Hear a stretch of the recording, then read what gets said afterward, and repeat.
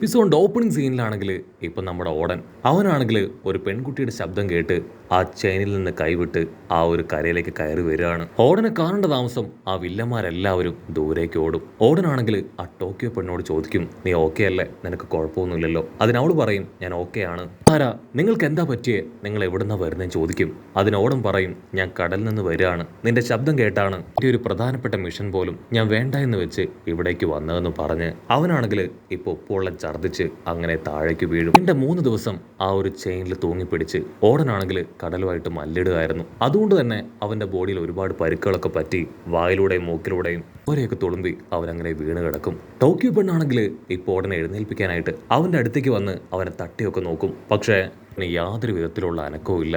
അതേസമയം കപ്പലിലാണെങ്കിൽ വൈറ്റ് ബേർഡിന്റെ അസിസ്റ്റൻസിന് ഒരുപാട് വിഷമം തോന്നും. കാരണം ഫസ്റ്റ് മിനിറ്റ് വരെ ഓടൻ പിടിച്ചു തന്നു. അവനാണെങ്കിൽ വൈറ്റ് ബേർഡിനോട് ദേഷ്യപ്പെടും. അങ്ങേക്ക് ഒരവസരം അവന് കൊടുത്തുകൂടായിരുന്നോ? ലാസ്റ്റ് മിനിറ്റ് വരെ അവൻ പിടിച്ചു തന്നു. എന്ത് സംഭവിച്ചിട്ടുണ്ടാവുമെന്ന് ആർക്കും അറിയില്ല എന്ന് പറഞ്ഞ് അവരാണെങ്കിൽ അങ്ങനെ ടെൻഷനാവും. വൈറ്റ് ബേർഡിന് എന്ത് പറയണമെന്ന് അറിയാതെ ആളങ്ങനെ തല താഴ്ത്തി നിൽക്കുകയാണ്. ചോദിക്കുകയാണെങ്കിൽ അത് സഹിക്കാനായിട്ട് കഴിയില്ല. അവൾ ഉച്ചത്തിൽ വിളിച്ചു പറയും, ഈ കപ്പല് അത് എത്രയും വേഗം നിർത്തണം, ഓടനെ അവനെ കണ്ടുപിടിക്കണം. കട്ട് ചെയ്താ ഇവിടെ ടോക്കി പെണ്ണ് അവളാണെങ്കിൽ ഇപ്പോ ഓടന്റെ ബോഡിയിൽ പരുക്ക് പറ്റിയ ഭാഗത്തെല്ലാം മരുന്ന് വെച്ച് കൊടുക്കുകയാണ്. അവനിപ്പോ പതിയെ പതിയെ നോർമലായി മാറിക്കഴിഞ്ഞു. ആക്ച്വലി അവനൊരു ഹ്യൂമൻ ആണെന്ന് അവൾ ഇപ്പോഴായിരിക്കും മനസ്സിലാക്കുക. അവിടുന്ന് അങ്ങനെ സീൻ കട്ട് ചെയ്ത നെക്സ്റ്റ് ഡേ ഓടനാണെങ്കിൽ ഭയങ്കര സന്തോഷം. കാരണം വാനോ കിൻഡത്തിൽ നിന്ന് അവൻ ഒരു വിധത്തിൽ ഇപ്പൊ പുറത്തെത്തിയിരിക്കുകയാണ്. വൈറ്റ് ബേർഡിന്റെ ഒപ്പം പോവുകയായിരുന്നെങ്കിൽ ഒരുപാട് രാജ്യങ്ങളും ഐലാൻഡുകളും അവന് കാണാനായിട്ട് കഴിയുമായിരുന്നു. പക്ഷെ കുഴപ്പമില്ല, എനിക്ക് അവിടുന്ന് പുറത്തെത്താൻ പറ്റി, പുതിയൊരു ഐലാൻഡ് അത് എക്സ്പ്ലോർ ചെയ്യാൻ പറ്റി എന്നൊക്കെ പറഞ്ഞ് അവൻ തുള്ളിച്ചാടും. ടോക്കിയോ ആണെങ്കിൽ ഇപ്പൊ അവനോട് വിളിച്ചു പറയും, നിന്റെ ബോഡി അത് നല്ല വീക്കാണ്, നിനക്കിപ്പോൾ ആവശ്യം റെസ്റ്റ് ആണ്. അവളാണെങ്കിൽ ഓടനോട് താങ്ക്സ് പറയും. സത്യത്തിൽ നിങ്ങൾ വന്നതുകൊണ്ടാണ് ആ വില്ലന്മാരുടെ കയ്യിൽ നിന്ന് ഞാൻ രക്ഷപ്പെട്ടത്. നിങ്ങൾ ആൻഡ് ഓഫ് വാനോയിലുള്ള ആളാണോ? ഞാൻ ചെറുപ്പം മുതലേ പോകാൻ ആഗ്രഹിക്കുന്ന ഒരു ഗ്രാമമാണത്. എന്നെ അവിടേക്ക് കൊണ്ടുപോകാൻ നിങ്ങൾക്ക് കഴിയോ? ഓടനാണെങ്കിൽ അത് കേട്ട് ഞെട്ടുകയാണ്. എങ്ങനെ വാനോ കിൻഡത്തിൽ നിന്ന് പുറത്തു വരാം എന്നാലോചിച്ചിരുന്ന ഓടന് അതൊരു ഇരുട്ടടി തന്നെയാണ്. അവനങ്ങനെ പകച്ചു നിൽക്കുന്ന അതേ സമയം തന്നെ അവനെ കണ്ട് പേടിച്ചു പോയ ആൾക്കാർ അവരുടെ ക്യാപ്റ്റനുമായിട്ട് അവിടേക്ക് വരികയാണ്. ഓക്ടോപ്പസിനെ പോലെ ബോഡി മുഴുവൻ ഒരുപാട് കൈകളുള്ള ഒരു പ്രത്യേകതരം മനുഷ്യൻ. അവരാണെങ്കിൽ ചുറ്റും നോക്കും. അവർ കണ്ട ആ തടിച്ചു ചീർത്ത ഓടനെ ഇപ്പൊ കാണാനില്ല. അവരുടെ ബോസിനോട് പറയും, സത്യമായിട്ടും ഒരു മോൺസ്റ്ററെ ഞങ്ങൾ കണ്ടതാണ്, അവനെ കണ്ടാണ് ഞങ്ങൾ പേടിച്ചോടിയത്. അത് കേട്ട് ഓടനും പെൺകുട്ടിക്കും കാര്യം പിടികിട്ടും. ഓടനാണെങ്കിൽ 6 കൈയുള്ളവനെ കണ്ട് ഭയങ്കര സന്തോഷം. കാരണം ഇതുപോലുള്ള വെറൈറ്റി മനുഷ്യന്മാര് വാനോക്കിൻ്റെതിലില്ല. അവരാണെങ്കിൽ ഓടനെ അങ്ങനെ പോയിന്റ് ചെയ്ത് നോക്കും. അവർക്കാണെങ്കിൽ ഓടനെയും കുറച്ച് ഇഷ്ടാവും. അവന് നല്ല മസിലും ജയന്റ് ബോഡിയൊക്കെ ഉണ്ട്. സോ അവനെ വിൽക്കുകയാണെങ്കിൽ നല്ല പണം കിട്ടുമെന്ന് പറഞ്ഞ് അവരാണെങ്കിൽ ഇപ്പൊ നമ്മുടെ ആൾക്കാരെ പിടിക്കാനായിട്ട് ഓടി അടുക്കും. ഇവിടെ ഓടന്റെ പെണ്ണാണെങ്കിൽ അവളോട് ചോദിക്കും, അവർ ഒരുപാട് പേരുണ്ട്, നമുക്ക് എത്രയും വേഗം ഓടി രക്ഷപ്പെടാം. പക്ഷെ ഓടനാണെങ്കിൽ അവന്റെ സ്ക്വാഡ് എടുത്ത് അവരുമായിട്ട് പൊരിഞ്ഞ പോരാട്ടം. ഓൾറെഡി അവൻ പ്രോപ്പറായിട്ട് ഫുഡ് കഴിച്ചിട്ടില്ല, മാത്രമല്ല അവന്റെ ബോഡിയിൽ ഒരുപാട് പരുക്കുകളുണ്ട്.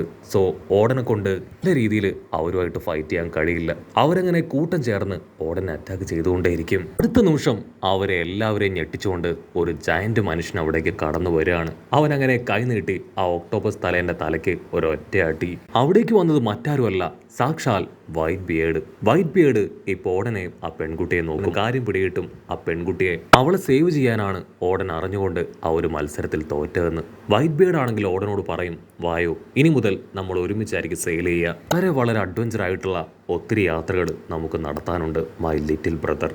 അത് കേട്ട് ഓടന് ഭയങ്കര സന്തോഷം. അവൻ തുള്ളിച്ചാടി ഇപ്പൊ വൈറ്റ് ബിയേർഡിന്റെ പിന്നാലെ പോകും. കപ്പലിന്റെ അടുത്തേക്ക് എത്തിയ ഓടനാണെങ്കിൽ ഷോക്കാവും. കാരണം ആ ഡോഗും ക്യാറ്റും അവർ രണ്ടുപേരും ഓൾറെഡി ആ കപ്പലിൽ ഇരിക്കുകയാണ്. അവർ ഓടനോട് പറയും, ഞങ്ങൾക്കറിയാം നിങ്ങൾ എന്ത് വില കൊടുത്തും ഈ കപ്പലിൽ കയറി പറ്റുമെന്ന്. സോ അതുകൊണ്ട് ഞങ്ങൾ നേരത്തെ തന്നെ ഈ കപ്പലിൽ ആരും കാണാതെ കയറി പതുങ്ങിയിരുന്നു എന്ന് പറഞ്ഞ് അവരങ്ങനെ ഹാപ്പി ആയിട്ട് തുള്ളിച്ചാടും. പിന്നീടാണെങ്കിൽ ഇഷോയെ കെട്ടിവെച്ചിരുന്ന ആ കയറ് അതങ്ങനെ കട്ട് ചെയ്ത് കളയും.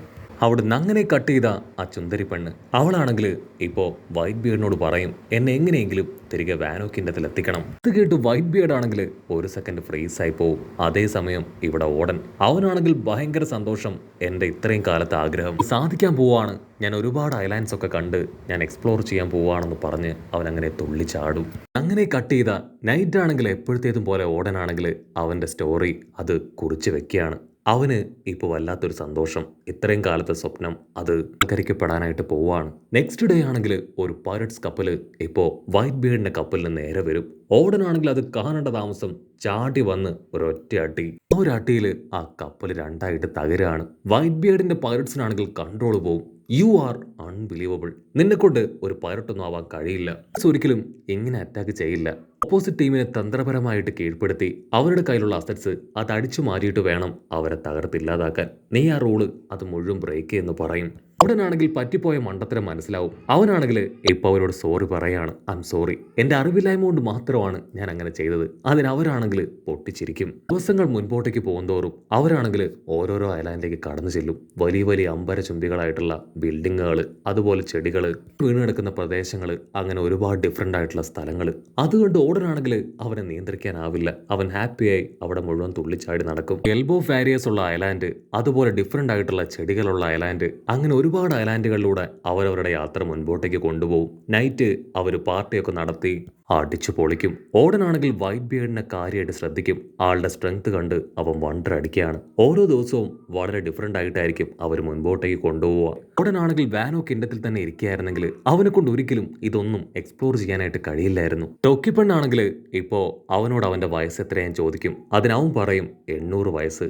അവളാണെങ്കിൽ അത് കേട്ട് ഞെട്ടുകയാണ്. ഉടൻ എങ്ങനെയാണോ എൻജോയ് ചെയ്യുന്നത് അതുപോലെ തന്നെ ഇപ്പോ അവളും നന്നായിട്ട് എൻജോയ് ചെയ്യാൻ തുടങ്ങിയിരിക്കുകയാണ്. ഓടനാണെങ്കിൽ മനസ്സിലാക്കിയ ഓരോരോ കാര്യങ്ങൾ അത് അവൾക്ക് ഡീറ്റെയിൽ ആയിട്ട് പറഞ്ഞു കൊടുക്കും. വേൾഡിനെ കുറിച്ച് അവൻ ഇപ്പോൾ ഒരു മാപ്പ് വരച്ച് തുടങ്ങിയിരിക്കുകയാണ്. ആ വരച്ച മാപ്പ് അവൻ കുറേശ്ശെ അവൾ എക്സ്പ്ലെയിൻ ഒക്കെ ചെയ്ത് കൊടുത്ത് അവരുടെ ഇടയിലുള്ള ബോണ്ടിങ് അത് കുറെ കൂടെ സ്ട്രോങ് ആയി മുൻപോട്ടേക്ക് വരും. ടോക്കിയുടെ ഏറ്റവും വലിയ ആഗ്രഹം എങ്ങനെയെങ്കിലും ലാൻഡ് ഓഫ് ഫാനോയിലേക്ക് തിരികെ എത്തുക എന്നതാണ്. കാരണം അവളുടെ പാരൻസ് ലാൻഡ് ഓഫ് ഫാനോ കിണ്ണത്തിലുള്ളവരാണ്. പക്ഷേ ഈ കപ്പല് അത് വീണ്ടും സെയിൽ ചെയ്ത് അവിടെ എത്താൻ ഒരുപാട് കാലമെടുക്കും.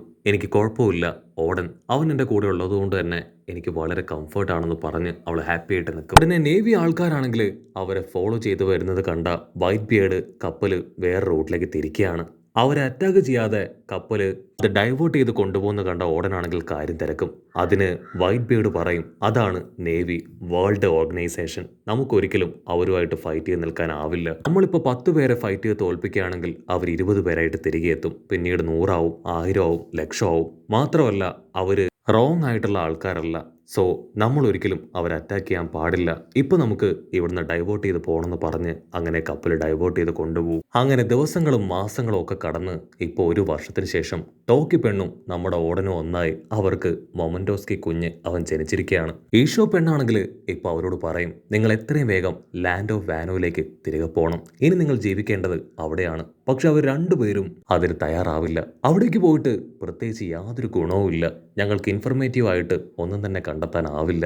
ഇവിടെ ഞങ്ങൾ ഹാപ്പിയാണ്. ഓരോരോ ഐലാൻഡിലൂടെ ഒരുപാട് നോളജ് ഒക്കെ തേടി ഞങ്ങൾ അങ്ങനെ മുൻപോട്ടേക്ക് സെയിൽ ചെയ്ത് പോവാണ്. ഞങ്ങളുടെ മകനും ഈ കാര്യങ്ങളൊക്കെ മനസ്സിലാക്കണം എന്ന് പറഞ്ഞ് അവരങ്ങനെ ഹാപ്പി ആയിട്ട് എൻജോയ് ചെയ്യും. അവിടുന്ന് അങ്ങനെ സീൻ കട്ട് ചെയ്ത് വാനോ കിൻഡം കാണിക്കും. അവിടെയാണെങ്കിൽ ഇപ്പോൾ ഷോഗണ് തീരെ ഹെൽത്തിന് സുഖമില്ല. സോ അതുകൊണ്ട് തന്നെ എത്രയും വേഗം ഓടനെ അടുത്ത ഷോഗണാക്കി മാറ്റണം. പക്ഷെ ഓടനാണെങ്കിൽ എപ്പോൾ തിരികെ വരുമെന്ന് അറിയില്ല. അവൻ വരുന്നത് വരെ താൽക്കാലികമായി ഒരു ഷോഗണ് അവിടെ ആവശ്യമാണ്. സോ അദ്ദേഹമാണെങ്കിൽ ഒരുപാട് ആലോചിച്ച് ഒറോച്ചിയെ അവനെ ഷോഗണാക്കി മാറ്റും. അത് കേട്ട് ചുറ്റുമുള്ളവരെല്ലാവരും ഞെട്ടും. ഇവിടെ കപ്പലിലാണെങ്കിൽ വൈറ്റ് ബിയർഡ് ഓരോരോ കമാൻഡേഴ്സിനെ തെരഞ്ഞെടുക്കുകയാണ്. കാരണം ആളുടെ സോൾജിയേഴ്സ് അതിപ്പോ കൂടി വന്നിരിക്കുകയാണ്. 5 കമാൻഡേഴ്സിനെ ആൾ തെരഞ്ഞെടുക്കും. അതിൽ ഓടനും ഒരു കമാൻഡറാണ്. ഓടനാണെങ്കിൽ കമാൻഡർ ആവാൻ ഒട്ടും താല്പര്യമില്ല. പക്ഷെ വൈറ്റ് ബിയർഡ് ദേഷ്യപ്പെട്ട് അവന് ആ ഒരു റെസ്പോൺസിബിലിറ്റി ഏൽപ്പിച്ചു കൊടുക്കും. അപ്പോഴായിരിക്കും ഒരു പയ്യൻ വൈറ്റ് ബിയർഡിനോട് കെഞ്ചുക, ദയവ് ചെയ്ത് എന്നെയും അങ്ങയുടെ ടീമിൽ ചേർക്കണം.